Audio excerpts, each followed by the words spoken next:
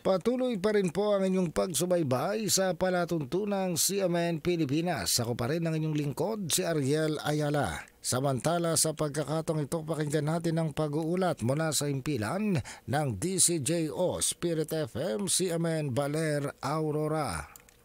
CMN Live Nationwide. George Balbero, magandang araw sa iyo. Magandang araw Ariel, magandang araw Pilipinas. Masamang panahon ang bumungad sa unang araw ng pagbabalik eskwela kahapon dito sa bayan ng Kasiguran sa Aurora. Manakanakang ulan ang naranasan sa lugar, kaya mga estudyante at magulang ay nakapayong at nakasuot ng kapote habang pumapasok sa paaralan. Nakabantay naman ang mga pulis at ilang taga-munisipyo para umalalay sa mga pumapasok na mag-aaral. Ayon sa pag-asa na ang pag-uulan na naranasan sa lugar ay dulot o epekto ng hanging habagat.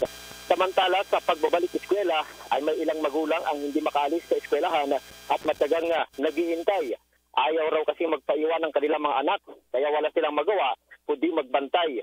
Gaya ng anak ni Criselda Rojas na bukod sa ayaw magpaiwan ay baka raw biglang lumabas at saka umiyak. Siyempre po, first day ng pasok po kasi yung mga bata hindi pa po sanay na naiiwan talaga.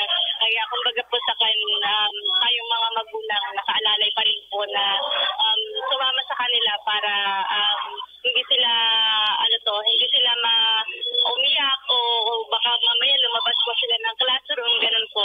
Kaya nakaantabay pa rin po kami sa kanila. Ang tinig ni Criselda Rojas ang isa sa mga nagbabantay na magulang sa kanilang mga anak. Ayon sa pamunuan ng eskwelahan na panandali ang pinapayagan pa nila ang pag-stay ng mga magulang pero hindi raw pwedeng pangmatagalan upang makapag-focus ang ibang estudyante sa pag-aaral. Paniniguro ng eskwelahan na ligtas ang kanilang mga estudyante kaya wala dapat ipangamba ang kanilang mga magulang.